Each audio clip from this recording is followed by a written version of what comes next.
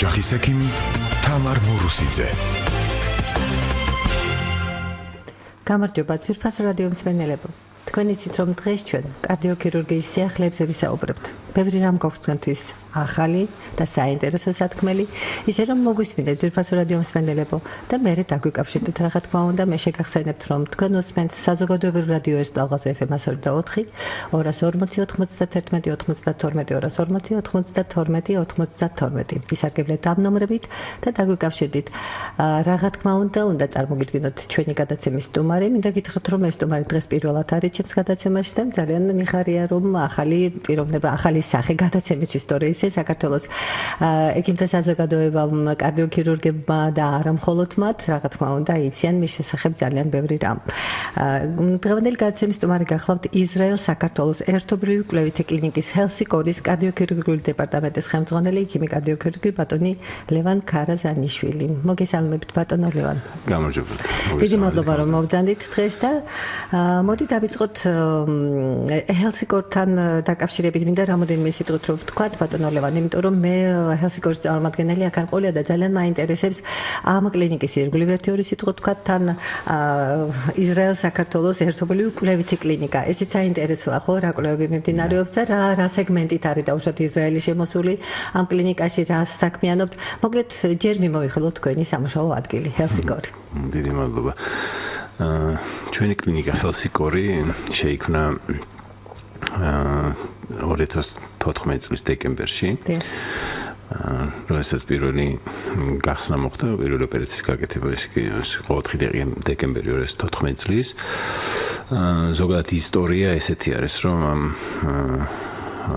კლინიკას საფუძვლად დაედო ქართული კარდიოლოგიური პროფესორი ნოდარე მხარის და ისრაელიდან პროფესორი რონი კარმელის ერთობლივი ასე ვთქვათ იდეა, რომ განხორციელებული იყო ის კარდიოლოგიური სამსახური, რაც არსებობდა მანამდე, ის სისხლძარღვთა ქირურგიის სამსახური, რაც არსებობდა მანამდე, რომ გაერთიანებული იყვნენ და ჩამოეყალიბებინათ ცენტრი, რომელშიც გაკეთდებოდა სრული ისე ვთქვათ მოიცავდა მთლიანად გულისა და სისხლძარღვების პათოლოგიას.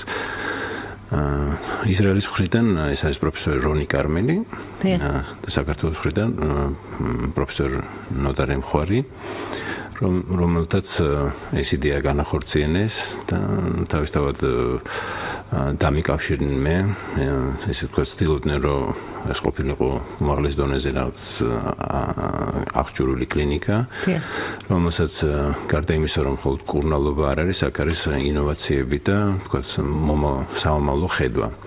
რამაც მე დამაინტერესა ძალიან, იმიტომ რომ ახლა ჩემი დამიკავშირდნენ თქვენ ძანეთად, სადმე სხვაგან იყავით ამ პერიოდისთვის? 20 წელი ემიგრაციაში ცხოვრობდი იტალიაში, ჩამოვყალიბდი როგორც ქირურგი, იქ მივაღწიე იმას, რომ ვიყავი განყოფილების უფროსი. მინი ინვაზიური კარდიოქირურგიის განყოფილების უფროსი ვიყავი ბოლო წლებში და ჩემთან დაკავშირება მოხდა, ყოველთვის მქონდა იმის სურვილი საქართველოში დაუბრუნებული იყავი, რატომაც ეს ვთქვათ ქვეყანაში დაბრუნების სურვილი ყოველთვის მქონდა.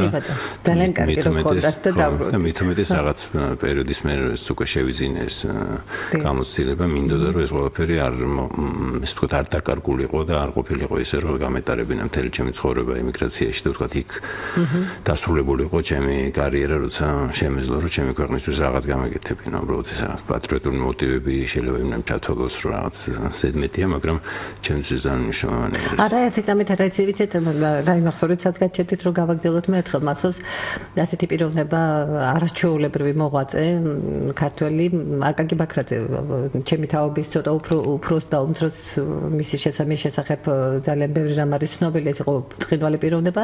ერთხელ რა თქვა იცით, ისეთი მცირე ერებისთვის როგორც ჩვენ მართო პატრიოტიზმი თვით გადარჩენის ინსტინქტი არის, და ეს ნამდვილად ასეა, უნდა ხო ასეა ნამდვილად, იმიტომ რომ აკაკი ბაქრაძე ეს პიროვნება იყო. ხო და არ ვიცი ახალგაზრდებით ამდენად იცნობენ მის შემოქმედებს, მაგრამ ჩემს დროს ეს იყო, რა ვიცი, ესეთი მე ახალგაზრდა არ ვარ. ჩემ დროსაც ხო და ესეთი რამ თქვა და მე ძალიან მაშინაც რაღაც ისე კარგად დამრჩა გონებაში, რომ აი ამდენი წლების მერე სულ მახსოვს, რომ ეს არის თვით გადარჩენის ინსტინქტი, ისე რომ პატრიოტიზმი ხალხი წამოსაკრავი რამ არ არის და კარგია რომ მქონდათ და ჩამოვძანეთ მობძანდით უკან. Იმიტომ ახლა ყველას ალბათ უფრო მეტად უყვარს თავის სამშობლო და მეც ასევე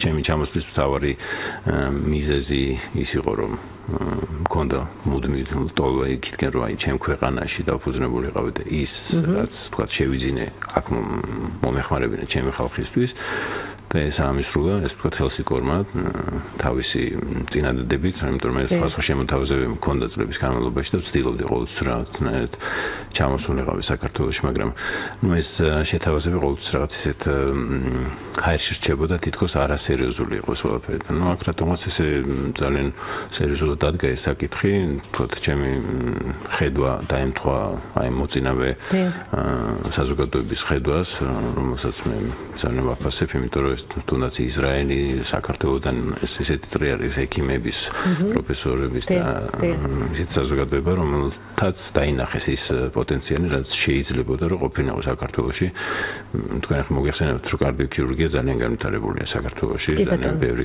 და კარგი და საუკეთესო ცენტრები არის საბედნიეროდ ეს არის ერთ-ერთი ის მიმართულება მედიცინაში რომელიც ძალიან კარგად განვითარდა და ძალიან აუცილებელია მისი განვითარება არაჩვეულებრივი ქირურგები და ზოგადად ქართველებს გვახასიათებს რომ კარგი ექიმები ყოველთვის ვიყავით ხოლმე რეგიონში გამოვირჩევთ რუსეთის მასშტაბითაც ბევრი სახელოვანი პიროვნება არის რომელიც იქ მოღვაწეობს სხვა ქვეყნებში ასე თქვენ ახსენეთ ბრონი კარმელი ხომ?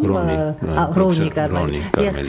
უკაცრავად რომ სახელი შემიშალა რონი კარმელი მე მგონი ჩამოსულია ის ახლა თუ რა ხდება გითხარით ჩამოსულია იმიტომ რომ დღეს მიმდინარეობს კონფერენცია სისხლის ქირურგიის ასოციაცია ჯუვა ფარცახაშვილი რომელიც ჩვენთან მუშაობს ატარებს ამ კონფერენციას რომელზეც მოწვეული არის ასევე ერთ-ერთი მონაწილე არის ესენი დაფუძნებელი ჩვენი კლინიკის პროფესორი უნიკარული რომელიც არაჩვეულებრივ ოპერაციებს აკეთებს უნიკალურ ოპერაციებს აკეთებს ეს არის სტენტირება დიდი მაგისტრალური სისხლძარღვებისა და ასე შემდეგ ეს რომ თქვა ესეც არის პრობლემები აორტაზე ანევრიზმები და ასე შემდეგ მუცლის კონკრეტის აორტაში და ასევე სისხლძარღვთა გაუმტარებლობა თქვა რო არ მოხდეს გაჭრა და ესე თქვა ტრადიციული ოპერაციების გაკეთება არის მეთოდი რომელსაც სტენტირება ქვია იგივე რაც კულში კეთდება სტენტები იგივე სტენტირება ხერხდება ძვირადღირებული პროცედურებია რა თქმა უნდა მაგრამ საქართველოში ფეხს იკიდებს ნელ-ნელა ეს ტრადიცია მკვიდრდება და ალბათ რაღაც დონის მერე თავისთავად პაციენტს რო შეთავაზებ ასეთი ტიპის ოპერაციას თქვა არჩევანის საშუალება როცა იქნება ადამიანს უფრო მისაღები და კარგი იქნება იმიტომ რომ სიახლე ქირურგიაში ოპერაციები საკმაოდ ძიმეთ მიმდინარეობს და ეს უკვე ცვლის პროგნოზს ადამიანის გამოსავალს თქვა ეს თქვა გაცილებით უკეთესია ამიტომ ეს ინერგება ახლა ჩვენ კლინიკაში და ბატონი რონი ამ პროფესორონი ამ მოწინავე არის ეს თქვა ამ სფეროში მოკლედ ჩვენ მოვტაცეთ თქვენი თავი კონფერენციას ხო ასე გამოვიდა ესე გამოვიდა კარგი დიდი მადლობა კიდევ ერთხელ რომ მოვძანდით გადაცემაში არ ვიცოდით თორე არჩევანის წინაშე არ დაგაყენებდით სხვა დღეს შევარჩევდით მაგრამ არა უშავს ჩვენც მოსახლეობა გვისმენს ხო დიდი პატივია ძალიან კარგი და ეხლა რა მინდა იცით რაზე მინდა ვილაპარაკო თქვენ ახსენეთ ან კარდიოქირურგიული ბრძანეთ რომ კარდიოქირურგიული ოპერაციები ყოველთვის ერთჯერესდით რომ ითხოვდა მაღალ პროფესიონალიზმს და ნამდვილად ამ ხრივ შეგვიძლია ვიამაყოთ რომ ეს ასეა მაგრამ მეორე მხრივ თვითონ აი ტრამვირების თვალსაზრისით ძალიან მძიმე გადასატანი იყო იმ თავდაპირველად როცა დაიგეგმა ხო იქ გულმკერდის არე უნდა გაიხსნას იქ მკერდის ძვალი ნეკნები 1000 რამ მერე თუ შუნტირებაზეა საუბარი ქვედა კიდურებზე საკმაოდ აქტიური ჩარევა ანუ ეს ყველაფერი გარდა იმისა რომ გულზე მუშაობდა და უშუალოდ იქ აკეთებს ცვლის სისხლძარღვებს აქ კიდევ ქვედა კიდურები ამიტომ რა თქმა უნდა ქირურგია ვითარდებოდა ალბათ აი ეს საკითხი რომ რაღაცა ესე მოხერხებულიყო ეს ყველაფერი რომ ნაკლებად ტრამატიზება მომხდარიყო თვითონ პაციენტისა ხო და ეს მინი ინვაზიური ქირურგია სწორედ ამას ემსახურება ამის ირგვლივ მინდა ვინაიდან თქვენ ერთ-ერთი პიონერი ხართ ამ მიმართულების ამის ირგვლივ მინდა რომ ვისაუბროთ დღეს დიახ რაც შეეხება ხა მინი ინვაზიური ქირურგია ზოგადად ეს არის მომავლის ქირურგია მე ესე ვთვლი უბრალოდ იმის გამო რომ ეხლა თავისთავად გასაგებია რომ ადამიანი რაც უფრო ნაკლებ ტრამვას მიიღებს და მიიღებს იგივე მომსახურებას რაც შეიძლება რომ ჩვეულებრივი ტრადიციული ოპერაციით მიიღოს გადახრა პაციენტის მოხდება იქითკენ რომ ნაკლებად ტრავმირებული იყოს და უფრო ადვილად გამოვიდეს ამ ოპერაციიდან. რაც შეეხება სხვა მეთოდები არსებობს, ხა ზოგადად თქვენ ახსენეთ შუნტირების ოპერაცია, შუნტირების ოპერაციის სიახლე რაც არის, რაც ჩამოვიტანე, ესე ვთქვათ, გამომყვა იტალიიდან, ეს არის ის, რომ სადღაც ისე 80-90% ჩვენი პაციენტებისა შუნტირების ოპერაციის დროს იღებს მხოლოდ ერთ განაკვეთს კონკრეტის არეში და ფეხზე ვთქვათ განაკვეთს არ ვაკეთებთ, იმიტომ რომ ვენის აღება არ ხდება ფეხიდან, ეს ხდება სრული არტერიული შუნტირება, რაც გაცილებით უკეთესია, იმიტომ რომ თვითონ მამარული არტერია, რომელიც კონკრეტის შიგნით არტერია, ასევე მან შეცვალა ზოგადად long term output, ანუ ეს თქვა უფრო დიდხანს გრძელდება შუნტების თვითონ ხარისხობრივად ის უფრო მაღალი ხარისხისაა და მისი სამუშაო დრო უფრო მეტია, ხო ვერ თქვი. კი ბატონო. ნუ თავისთავად ეს ოპერაცია საკმაოდ შრომატევადი არის, იმიტომ რომ თვითონ სიზარღვების გამოკვეთა გუმკერდის არიდან ხდება სკელეტიზირებულად, ანუ მხოლოდ სიზარღვი იკვეთება და არ არის ეს ვთქვათ ზოგადად მიღებულია რომ იღებენ ლოსკუტი ქვია, ახლა რუსულ ტერმინი არის, იმიტომ რომ ეს არის შემოსული ჩვენთანაც. თლიანად ხდება ამ კონკერდის არტერიის ირგვლივ ტერიტორიის მოწვა და ჩამოშვება ქვემოთ, რომ გულისკენ წამოდეს და ჩემ შემთხვევაში ხა ჩვენ რაც დანერგინე მაქვს ახლა ჰელსინკორში, ყოველ შემთხვევაში ჩემი ახალგაზრდა ქირურგებიც უკვე ეჩვევიან ამ სისტემას და იზრდებიან და ვთქვათ ჩვენი ეს მეთოდი ძალიან პროგრესულია, მე ისე მგონია, იმიტომ რომ ხდება ამის სკელეტიზირება, ანუ მხოლოდ არტერიის გამოყოფა და ამ არტერიის შედეგად მაქვს საშუალება, რომ თქვა მთელი გული მოვიცვა და გავაკეთოთ შუნტები, თქვა ქონია შემთხვევა, რომ 7-6 შუნტი ჩამიკერებია, ხო ეს ძალიან ბევრია უბრალოდ, ხო ადამიანებმა იციან ალბათ, რომ ძალიან ბევრია, იმიტომ რომ თავდაპირველად რომ დაიწყო შუნტირება იყო 2-3 შუნტზე და 3 უკვე ბევრად ითვლებოდა, ხო მართალია ბატონო ლევან. შემთხვევაში ხო ქონია ძალიან ხშირად ვერ იქნება ეს, იმიტომ რომ თვითონ ანატომიურად უნდა იყოს გული ესე რომ 7 შუნტი დაჭირდეს, მაგრამ 7 შუნტი. კარგი. ეხლა ცოტა ხანს მსმენელს მოვუსმინოთ ბატონო ლევან, გავიგოთ რა ინტერესებს მას და მე გავაგზავნოთ საუბარი. გისმენთ? ალო, გამარჯობა ბატონო. ერთი ჩვენი ექიმთან მაქვს საკითხი. კარდიომაგნილი სულ მუდმივად შეიძლება თუ არა? თქვენი იღებთ თუ თქვენი ახლობელი ვინმე? თქვენი იღებთ ბატონო? ვიღებთ, ხო. თქვენ იღებთ კარდიომაგნილი. კარგით. კი ბატონო. კარდიომაგნილი პრეპარატი, რომელსაც ძალიან ფართო მოხმარება აქვს და ზოგადად და ინიშნება ძალიან აქტიურად კარდიოლოგების მიერ.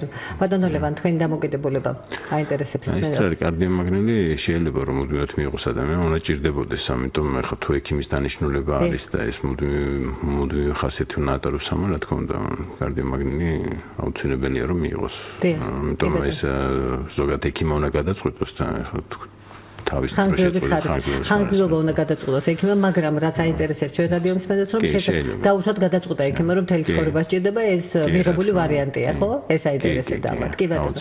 ძვირფასო რადიო მსმენელებო, მე შეგახსენებთ, რომ ისრაელ-საქართველოს ერთობლივი კვლევითი კლინიკის ჰელსინკორის კარდიოქირურგიული დეპარტამენტის ხელმძღვანელი ექიმი კარდიოქირურგი ბატონი ლევან Karazanishvili არის ჩვენი გადაცემის სტუმარი. ჩვენ საუბრობთ კარდიოქირურგიაზე ძვირფასო რადიო მსმენელებო და განსაკუთრებით გვაინტერესებს მინი ინვაზიური ქირურგია და ამის ირგვლივ გვაქვს საუბარი. ჩვენ შევჩერდით იქ, რომ ამ ახალი მეთოდიკით შეიძლება 6-7 შუნტის, მაგრამ აგერ მსვენელია კვლავ. გავიმახსოვროთ 6-7 შუნტი, მაგრამ აუსვენოთ სვენელს. გისმენთ? გამარჯობა ბატონო. აი შეკითხვა მაქვს, თქვა ადამიანს გაკეთებული აქვს შუნტირება. აჰა. რაც ეგან თქვენ ბრძანეთ, რომ ესე იგი დიდხანს ძლებს ხო რა? ეს და გამოსწორება თუ შეიძლება გავთქვათ გავედათ რამდენიმე წელი და ნუ თქვა რაღაც უკეთესის გამოვასწოროს ის რომელიც მოკლე ხანს ძლებს. თუ შეიძლება იმ ერთი განაკვეთია თუ მცირე ერთი ანუ ერთი რაღაცით წუბუქად გაკეთდეს გახანგრძლივება ამ შუნტირების. ბატონო ლევან, ძალიან საინტერესო კითხვა დასვა ჩვენს. კიდევ ერთი მსმენელი ყავს, ისიც მოვისმინოთ და ერთად ვაპასუხოთ. გისმენთ? ალო? გისმენთ, ქალბატონო? ქალბატონო, ცოტა მე ვერ გავიგე, იმიტომ რომ რადიოს დაუშვი. კარდიომაგნილზე? ხო, თუ დანიშნული, თუ ექიმის მიერ, ქალბატონო, თუ ექიმმა გადაწყვეტა, რომ თქვენ კარდიომაგნელი გჭირდება მთელი ცხოვრების განმავლობაში, ეს პრაქტიკა არის, ანუ ასეთი დანიშნვა ხდება კარდიომაგნელისა. მოდი მეორე კითხვა. კი ბატონო, ბაბძანეთ. ზარღვების სისმაგ ძალიან ცუდი მდგომარეობა. და ამის შესახებ რას მეტყვის ის ბატონი? რომელ სისხლს გულისხმობთ ქალბატონო ვენურ სისხლს? ფეხზე გაქვთ ვენური უკმარისობის მოვლენები, გადიდებული ვენები? მე როგორ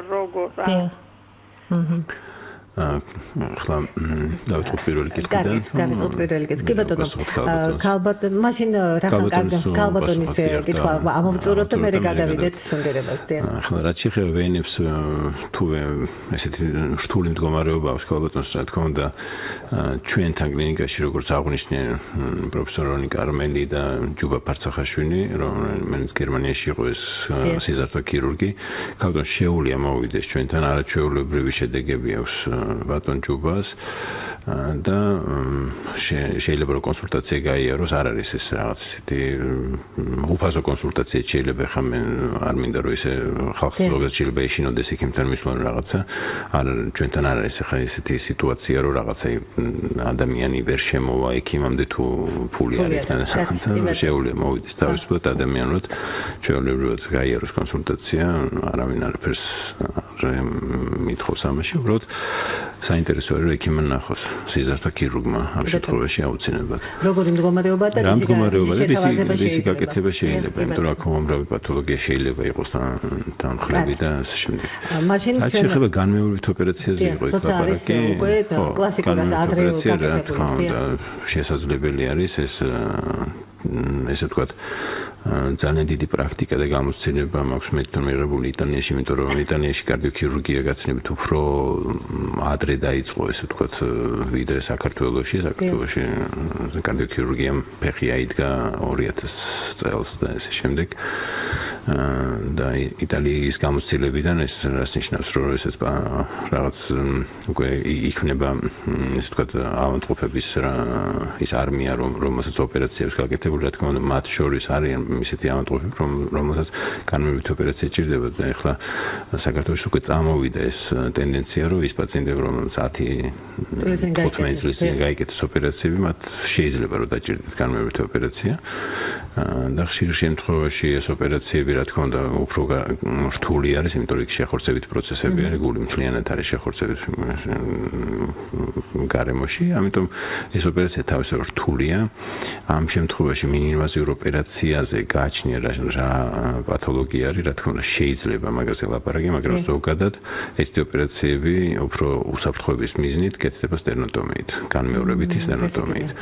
ეს უსაფრთხოებისთვის, იმიტომ რომ პაციენტს ეს არ არის იმის გამო, რომ სიმძიმე თუ ესაჭიროება ოპერაცია, მაქსიმალურად უნდა გაკეთდეს ისე, როგორც ვთქვათ, უფრო კარგი შედეგი იქნება და არა ის, რომ ვთქვათ, მცირე განაკვეთი არ არის. ერთი რამ მინდა უთხრათ ჩვენს რადიომსმენელს, რომ ჩვენ კი ვახსენეთ, რომ დაუშვათ ეს ადრინდელი შუნტებზე უფრო მეტად არტერიული რას ვიმბრძანეთ, ეს ახალი შუნტები უფრო დიდხანს და კარგად მუშაობს, მაგრამ თუ ის შუნტი მუშაობს, რატომ შეცვალოთ და ვის ხმამდოდა. თუ საჭიროება მოითხოვს თუ რაიმე პრობლემა არის, რა თქმა უნდა. მე მინდა მყავს ნაცნობი პაციენტები, რომლებიც უკვე 15 წელიწადი არის, რაც აბსოლუტურად აი ამ სიტყვებით გეუბნები, როცა ვეკითხები, როგორ და ეს გული სად მაქვს, არ ვიცი. ანუ ის შუნტი მუშაობს და ღმერთმა კარგად ამოყოს იმ შუნტით, ხო მართალია. კი ბატონო, კიდევ ყავს სვენელები, ბატონო ლევან მოусვენოთ. გისმენთ. ალო. ზანეთ ქალბატონო, მესმის თქვენი ხმა. დიახ. მე მინდა ბატონო ლევანთან. კი ბატონო. შეიძლება. დიახ. ბატონო ლევან, მოგესალმებით. მე თქვენთან გავიკეთე 2001 წელს. შუნტირება, თქვენ თვითონ გავიკეთეთ თქვენ და 2001-ში, ჯოენის ცენტრში. ვიღაც თქვენთან ერთად იყო ესეთი ავსტრიელი, მისი გვარი არ მაქვს. ბრუკე. შეიძლება. დიახ. 15 წელი გავიდა მას შემდეგ. ორჯერ დამჭირდა კორონაროგრაფია. დიახ. რამდენჯერ კორონაროგრაფიის შემდეგ მთელი 2 წელი კარგად ხონდა თავს. რამდენჯერ შეიძლება კორონაროგრაფიის გაკეთება? კორონაროგრაფია დიაგნოსტიკის თვალსაზრისით გაკეთდა თუ ამ პარალელურად სტენტირებას დაგჭირდათ? დიაგნოსტიკის თვალსაზრისით და რადგან გაატარა მაშინ უკვე აღერძნობდი თავს. მაგრამ მე ვამბობ საგარანტიო და გასული მაქვს ეს ვამბობ და ახლობით რამდენია შორეული შედეგები როგორი გაქვთ? ეხლა თქვენ უკვე შორეული შედეგი გაქვთ ქალბატონო შეგიძლიათ რომ მობრძანდეთ და მაინც ვნახოთ ის კორონოგრაფიები განმეორებით. მოდი გავიკეთე ჯოენის ამაში კი, მაშინ ეხლა მე პირადად იმ პერიოდში ოპერაციებს ნაკლებად ვაკეთებდი, იმიტომ რომ ძალიან ახალგაზრდა ქირურგი ვიყავი და შესაბამისად უცხოელები ჩამოდიოდნენ, ეს ხო პირველი თქვენ მე მითხარით რომ მე გავაკეთე. მე გავაკეთეო გითხარი? უი არ შეიძლება. დანიშნული მაგ შემდეგ და ახლა ჯამბის ყლული უჩეს ყლული და ყოველ მაგის ძალებაზე ძალიან ცუდად ან მირთულდება ეს სიტყვა და ამბობს თავიდანვე დალევას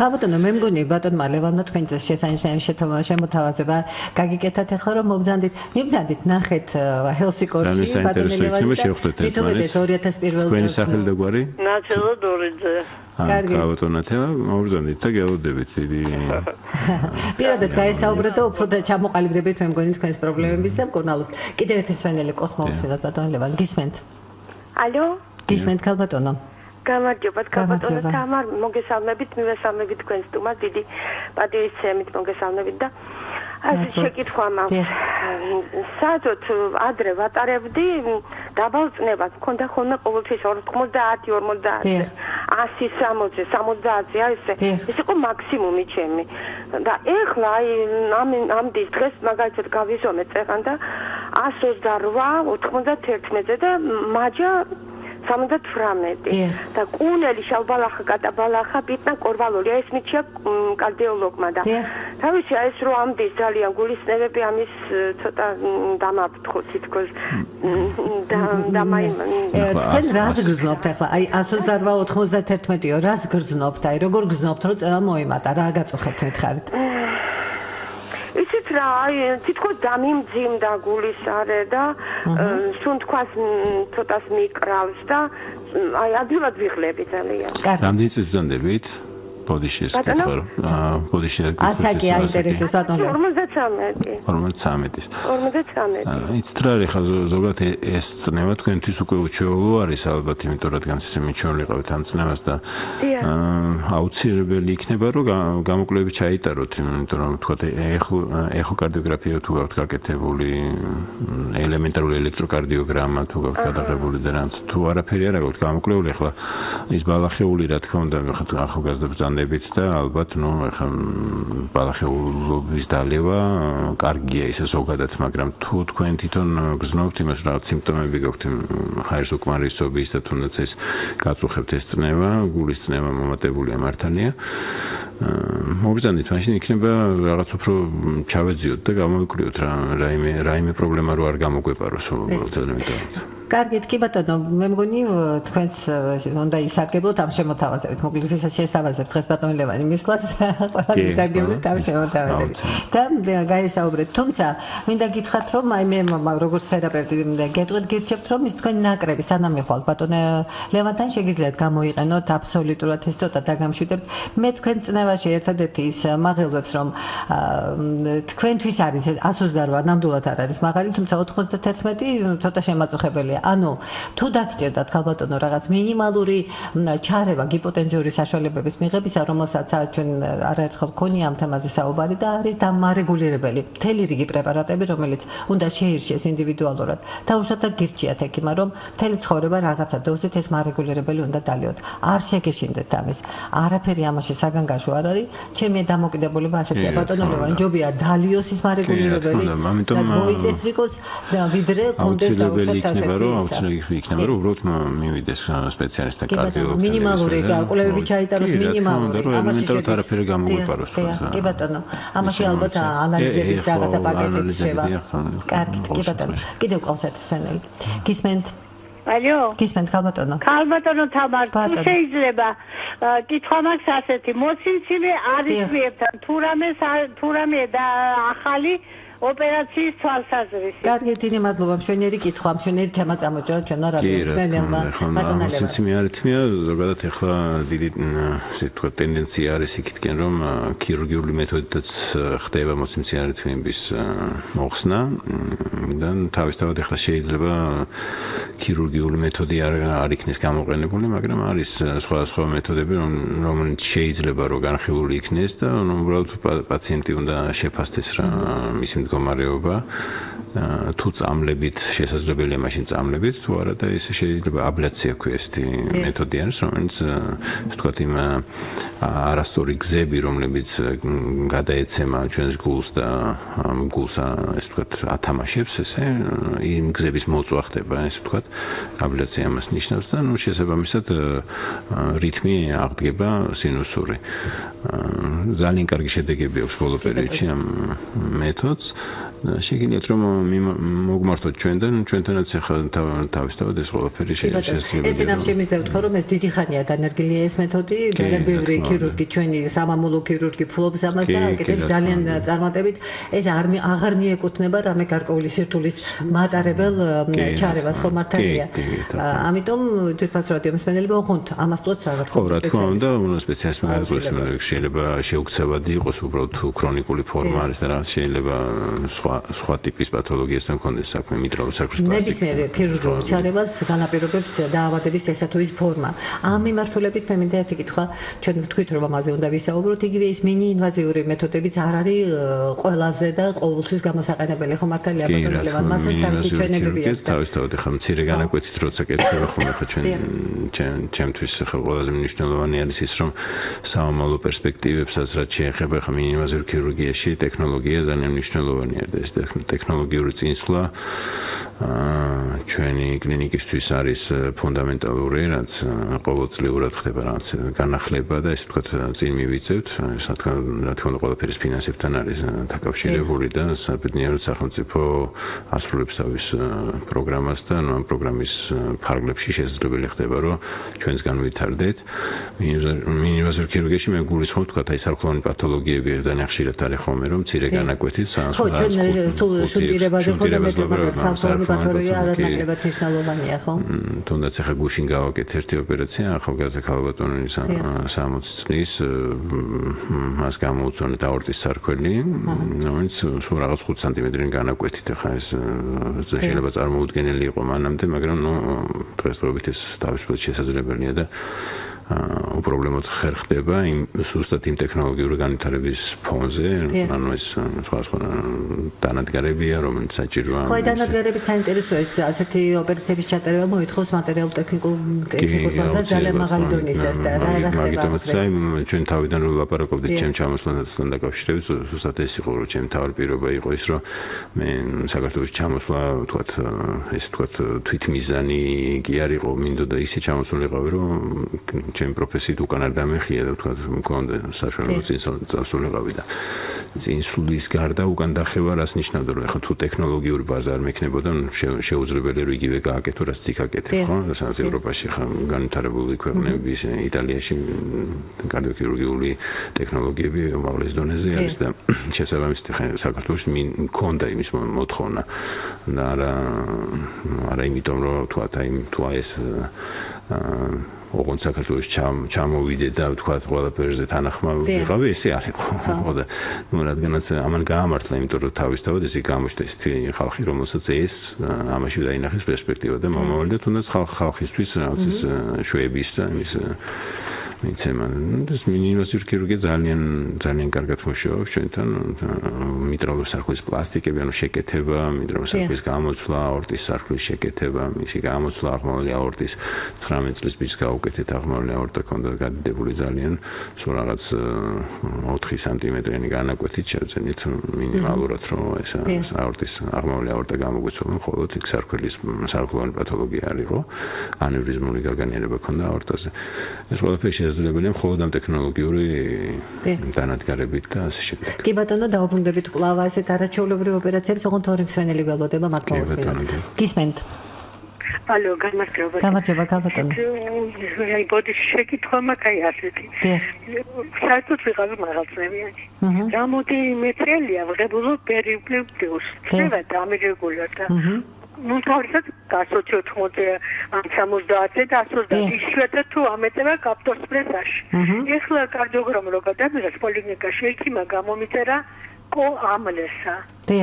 და რომ ერთ შევცვალოთ, ერთი თვე მოვსინჯო და იცით რა, მე ასეთ შეკითხვა მაქვს. მე იმას ვწვდები ფასითაც. ეხლა მე ის მოვსინჯო და უშუალოდ არ მომიხდეს, როგორია ჩემი ორგანიზმისთვის, ისევ გადავიდე ამაზე. აი შეიძლება თუ არა ასე ერთი თვე მოსინჯვა. და კიდე გავმიწერა ანგლოზილ რეტარდი, რომელსაც სვამ. აი როგორ მირჩევთ? თუ კი ის კარგად მოქმედებს, სხვა ექიმთან ჩემზე რატო უნდა შევცვალო? ის მირჩევთ ექიმი, რომ ის უფრო კარგი დამალია და ჯობს. აი რას მირჩევთ?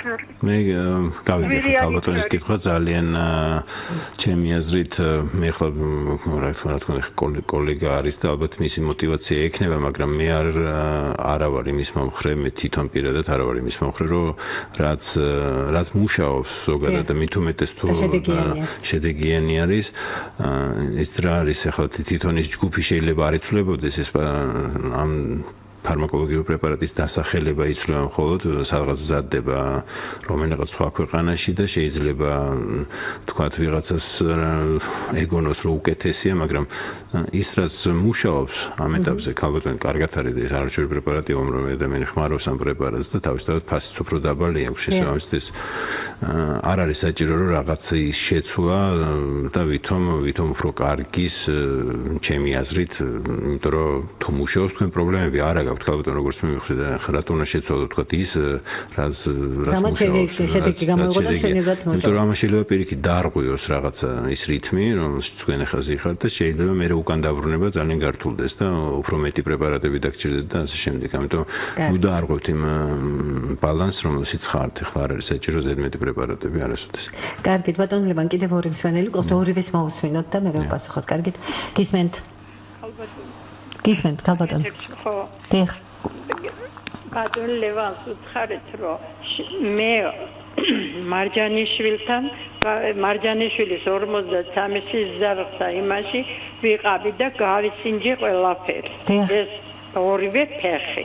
ხო და მაგს ეს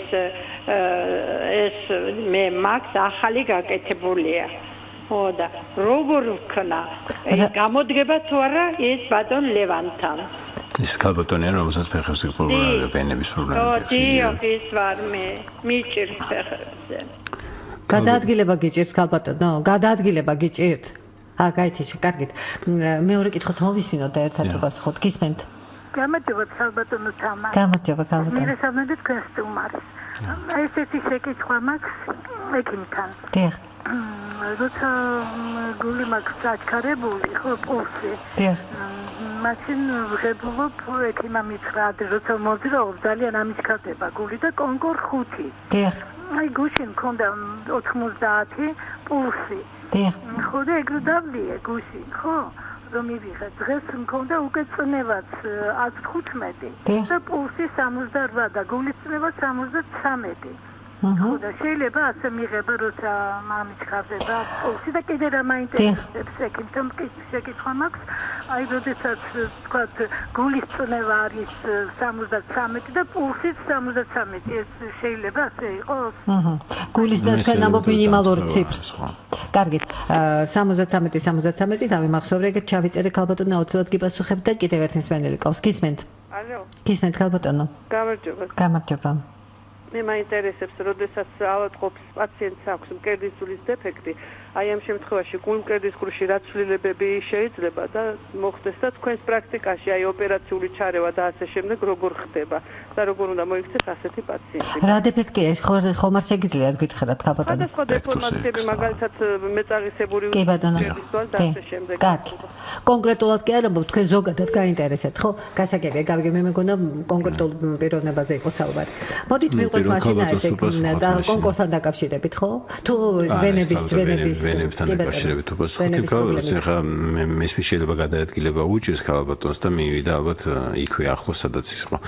ეხლა ნებისმიერი გამოკვლევა რაც ჩატარებული გაქვთ ქალბატონს შეგიძლიათ რომ ის გამოკვლევი მოიტანოთ ის მოგვეხმარება უბრალოდ რომ დიაგნოზი უფრო დროულად დაისვას და შესაბამისად მე მაინც გირჩევთ რომ ეს ყველა გამოკვლევი მოიტანოთ და მოხვიდეთ უბრალოდ მოისმინოთ ექიმის აზრი რომ ნახოს ვიზუალურად შევხედოთ ფეხებზე რა მდგომარეობა გვაქვს და იმის მერე გადავწყვეტოთ ყველაფერი იმიტომ რომ მან აუცილებელი არის სიზარდო ქირურგის კონსულტაცია კი ბატონო. კარგით, კონკორდთან დაკავშირებით, კონკორდ 5 ქალბატონი იღებს ამ პრეპარატს, ხოლო მაშინ როდესაც აუჩქაროთ ტახიკარდია აქვს, ხო? აი გუშინ მქონდა ვაზე, დავიკვირდეთ ტახიკარდია, დალია დღეს თავს კარგად გრძობს, წევას ნორმალურია პულსიც.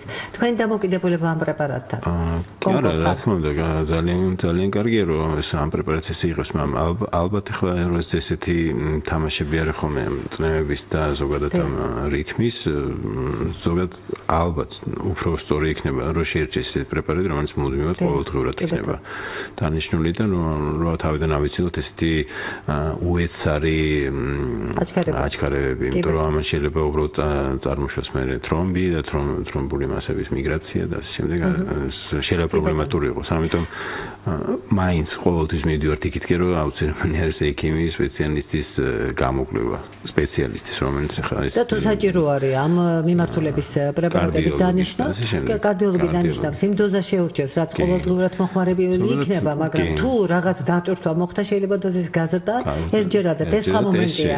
მაგრამ თუ სულ არ სვამდა, მხოლოდ იმას დაელოდები, როდის აგიჩქარდება, რომ მაშინ მიიღო, ეს არასწორი მიდგომა, ხო, ბატონო ლევან? თუმცა კარგია რომ დღეს ქალბატონი თავს კარგად გწნობს, კი ბატონო. 60-ზე ეს იგივე მინიმალური წნევა 73 პულსის და რამდენი შეიძლება ეს უბრალოდ დამთხევა არის ახლა ელემენტარად ეს მეორე წუთში რო გაიზომოთ, იგივე აღარ იქნება.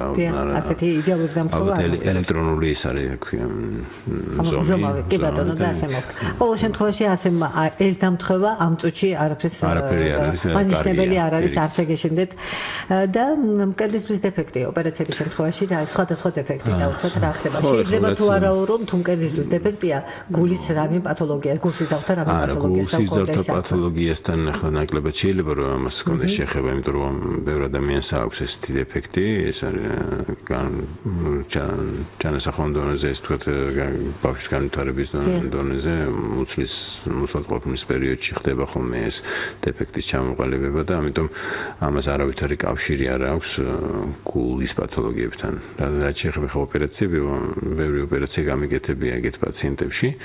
ზოგადად თავისებური ანატომიური სირთულეები ახლავს ამ ოპერაციებს, რაც გათვალისწინებადი არის წინასწარ ახლა. ყველაფერი ამიტომ ზოგადად არავითარი პრობლემა არ არის არც ქირურგიულ თვალსაზრისით, არც იმ თვალსაზრისით, რომ ეს ამ ადამიანს შეიძლება რაიმე უფრო მძიმე კონდეს ვიდრე სხვას. აჰა, გასაგები. ანუ მკერდისმის პათოლოგია არ არის მანიშნებელი იმისა, რომ იქ მკერდისმის იქეთ შიგით რამე განსაკუთრებული ხდება. ძალიან კარგი. და ბატონო ლევან, ჩვენი გადაცემა ჯერ ცოტა დრო გვაქვს, მაგრამ დასასრულისკენ მიდიდეს, მე მინდა რომ საომავლო გეგმებზე დავთო თქვენ. თუ გეგმავთ რამე უახლოეს მომავალში, რა ხდება, როგორ არის და უცხოელ პარტნიორებთან ურთიერთობაზეც ერთი-ორი სიტყვით, თუნდაც ისრაელთან, ბულგარეთზე იყო საუბარი, მე და თქვენ საუბრობდით ამ რომინეც, კი ბატონო, აი რა ხდება ამ მიმართულებით. ახლა რაც შეეხება საომავლო გეგმებში ჩვენ ძალიან დიდი ინტერესი მაქვს მე თვითონ რომ პირველ რიგში საქართველოს მოახერხოს რაც ახლა ყველა კარდიოქირურგიის ოცნებაც არის რომ ჩვენს ქვეყანაში დაინერგოს გულის გადანერგვის პრაქტიკა. იმიტომ რომ ეს სამწუხარო ფაქტი არის, სენსიბილიზირებული არ არის ჩვენი საზოგადოება, რაღაც არსებობს რაღაც წინააღმდეგობები, თუნდაც ჩვენს ალბათ თვითშეგნებაში უბრალოდ ეს არ ზის, იმიტომ რომ არავინ ამაზე არ ლაპარაკობს ღიად და მე მინდა უბრალოდ რომ ადამიანებმა იცოდნენ რამდენი ადამიანი კვდება და რამდენი ადამიანს უჭირს და ვერ შველით, თუნდაც ახლა ცოტა ხნის წინ ეს საკითხი წამოვჭერი სამინისტროშიც ვიყავი, შევხვდი მაღალ დონეზე ადამიანებს, რომელსაც ასევე აწუხებთ, ალბათ პარლამენტმა უნდა მიიღოს ეს გადაწყვეტილება, რომ ჩვენს ქვეყანაში დაინერგოს ეს, იმიტომ რომ გარდა იმისა, რომ ეს ეკონომიურად ჩვენი ქვეყნისთვის უმძიმესი სიტუაცია იქნება, იმიტომ რომ ხალხი მიდის და უცხოეთში იკეთებს ამ ოპერაციას.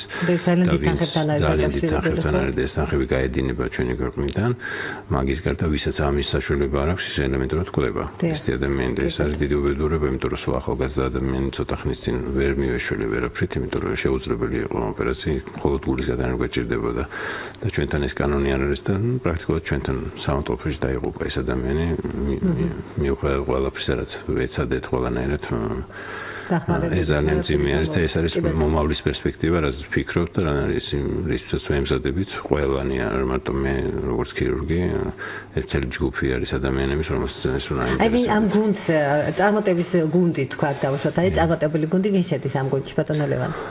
ამ გუნდში შედის ყველა თანამშრომელი, რომელიც კი ემსახურება ელემენტარულად სანიტრიდან დაწყებული, რომელიც ასუფთავებს კორიდორს, საოპერაციოს ჩემის დამთავრებული, ანუ აქ არის მთელი სპექტრი ადამიანებისა, რომლებიც მთელი სულით და გულით აკეთებენ ამას. მართლა მინდა გითხრათ, რომ არ არის ხა ყველა მომღიმარი სახით არის ჩვენთან და რატომაც არის დიდი ენთუზიაზმი იმით, რომ უნიკალური ოპერაციები კეთდება თავისთავად და ყველა გრძნობს ამ დატვირთვას, რომ ეს არის მონაწილე რაღაც მნიშვნელოვანი საქმის. ეს არის კარდიოლოგია, რეანიმაციები, პოსტოპერაციული, ასევე რეანიმაცია, კარდიოლოგიური, გადაუდებანი, ინტენსიური და თავისთავად ქირურგია. სიზართა ქირურგია, გულის ქირურგია, ეს ყველაფერი კომპლექსურად ძალიან მნიშვნელოვანი არის და ყოველი მისი მონაწილე არის ჩვენთვის ძალიან მნიშვნელოვანი, ყველა ადამიანი, ექთნები, ასე შემდეგ და ასე შემდეგ. გულის გადანერგობაზე თქვენ საომავლო გეგმებში ეს ერთი და უშუალოდ ძალიან მნიშვნელოვანი, მაგრამ ძალიან რთული არ ვიცი ახლა ეს ასე უახლოს არა, ეს ყოველდღიურად პერსპექტივა და ეს ამაზე მინდოდა მელაპარაკა. კი, რა თქმა უნდა, ეს ახლა ჩვენ ვაპირებთ უბრალოდ საქართველოში ვერ შევძელი ის პრაქტიკა, რაც გავლილი მაქვს მე თუნდაც ტავის ოპერაციები არის ყველას გაგებული აქვს, რომ გაჭრის გარეშე აორტის და მიტრალური სარკმლის შეცვლა, ანუ სტენტირების საშუალებით ბარძახის არტერიდან შესვლა და თუნდაც მცირე განაკვეთით ამის გამოცვლა. ესეც სამომავლო პერსპექტივა, რაც თანხებთან არის დაკავშირებული ძირითადად უმეტესად და ყველაზე ახლო მომავალში ეს არის აორტის სარკმლების შეცვლა, ესე ეგრეთ წოდებული სეთურლესი ქვია, ანუ სარკმელი, რომელსაც არ ჭირდება ძაფები, ანუ ეს არის მცირე განაკვეთით, ისე რომ გუმგერდი არ იჭრება, გუმგერდის გვერდიდან შევდივართ, ნექტაშუარიდან და იქიდან ხდება ამ სარკმლის ჩაკერება არ ქვია, იმიტომ რომ პირაპირ იდგმება ეს სარკმელი, ძაფების ჩასმა. პირაპირ და ეს არის ძალიან კიდევ ერთი მსვენელი ყავს, მოდით ერთ მსვენელის პასუხისგაცემას მოვასწრებთ, მოვუსმენოთ. გისმენთ? ალო? გისმენთ ბატონო? გამარჯობა, ხარაზანიშვილი. გამარჯობა. ბატონო, მადლობა მინდა გადავხატო. დიახ. უზა სამშიგეგრეთ ოპერაცია მას მან გამიგეთა. დიახ. ძალიან პიროვნება, მადლობა მინდა უთხრა. თქვენ პაციენტები ვერ გესაუბრებთ ბატონო. რა გვემზადებით? გურგენაზე ვარ. გამარჯობა. როგორ ახართ? დიდი მადლობა, კარგად ვარ იგი მოკარგად. კარგად, ძალიან. ჩიგარი ხარ, ჩიგარი. დიდი მადლობა. დიდი მადლობა. ძალიან სასიამოვნოა. არაჩვეულებრივია, დიდი მადლობა და ძალიან გავახარით რომ კარგად ხართ და სხვაებიც კარგად იქნებიან. დროულად უნდა მივიდნენ და თეგ არის ცოტა ქართული მომენტი არის, ხო? დღეს არა ხვალ, გამივლის ესის და ამ დროს გულთან თამაში არ შეიძლება. ამ ხრივ ექიმებიც ვწოდავთ ბატონო ლევან. მე მგონი ყველაზე მეც ხო? ვიდრე პაციენტები. კარგით. და მოდით ჩვენი გადაცემა დასასრულს მივახავ და სულ 2 წუთი გვაქვს და რის თქმა გინდათ დავუშვათ ჩვენი რადიო მსმენელებისთვის სურვილის სახით ან რამე დავასრულოთ გადაცემა. ზოგადად მე ყველას მინდა უსურვო ჯანმრთელობა პირველ რიგში როგორც ექიმმა და სამწუხარო ჩემთვის რაც ყველაზე მძიმე არის ხოლმე ჩემს პრაქტიკაში საქართველოში ყველაზე მძიმე არის ის რომ მიუხედავად იმ სახელმწიფო დახმარებისა რაც არის ოპერაციები გულზე საკმაოდ ძვირი იჭდება და უამრავი ადამიანია რომელიც იჭირებს ოჯახები შეიძლება ვალის სახით და ესე იჭირებენ რომ როგორ მიკაიკეთონ ეს ოპერაციები და იხდიან საკმაოდ სოლიდურ თანხებს რომელიც პრაქტიკულად შეიძლება დამანგრეველი იყოს ოჯახის მისი ახლობლების გადასარჩენად ყველაზე და ღონეს ხმარობენ. და მე უსურვებდი უბრალოდ ამ ადამიანებს რომ რაღაცნაირად იქნება შეიცვალოს ეს სისტემა, იმიტომ რომ მე ხანდახან ვფიქრობ ხანახკიანს ყოველდღურად მიწევს ამაზე ალბათ ფიქრი და ისე რომ როგორ შეიძლება რომ ადამიანი რომელიც ჩემთან მუშაობს თუნდაც სანიტარი ვინც ახსენე აქამდე მას ესეთი მცირე ხელფასი 400 ლარი როგორ შეიძლება მის მშობელს რაიმე დაემართოს და მას არ კონდეს უფლება ან საშუალება რომ გაუკეთოს ოპერაცია ხო ამიტომ ეს ყველაფერი რაღაცნაირად ისე უნდა გადანაწილდეს რომ რაღაც მოსაკრებელი იყოს თუნდაც რაღაც იყოს ხა იტალიაში არავინ არ იხდიდა ფულს ამაში და არავინ არ ფიქრობდა იმაზე რომ მე თუ გული შემაწუხებს ესე ფული თუ არა მაქვს ვერ გავიკეთებ რაღაც ეს ძალიან მძიმე არის ეს ზოგადად მიუხედავად იმისა რომ სახელმწიფო ძალიან დიდი მონაწილეობა არის 70-90%-ით მონაწილეობს სახელმწიფო ხალხისთვის რომელსაც არაფერი არ აქვს დღესდღეობით ეს უმძიმესი არის დიდი მადლობა ბატონო ლევან, ჩვენი გადაცემა დასასრულს მიახლოვდა და მე შევახსენებ ჩვენს რადიო მსმენელებს, რომ ისრაელ-საქართველოს ერთობლივი კვლევითი კლინიკის ჰელსინკის კარდიოქირურგიული დეპარტამენტის ხელმძღვანელი, ექიმი კარდიოქირურგი ბატონი ლევან Karazanishvili იყო გადაცემის სტუმარი. და ძვირფასო რადიო მსმენელებო, დავას გავაგრძელებ ბატონ ლევანის აზრს. მე სახელმწიფო სიძლიერეს უსურვებ, რომ ბევრი საშუალება გქონდეს და ეხმაროს პაციენტებს, ხოლო ჩვენს ძვირფას რადიო მსმენელებს და პაციენტებს ჯანმრთელობას. ამაზე უკეთეს რამ დავუსურვოთ, ხო მართალია? დღეს გემშვიდობებით კარგად გრძანდებოდეთ მომავალ შეხვედრამდე.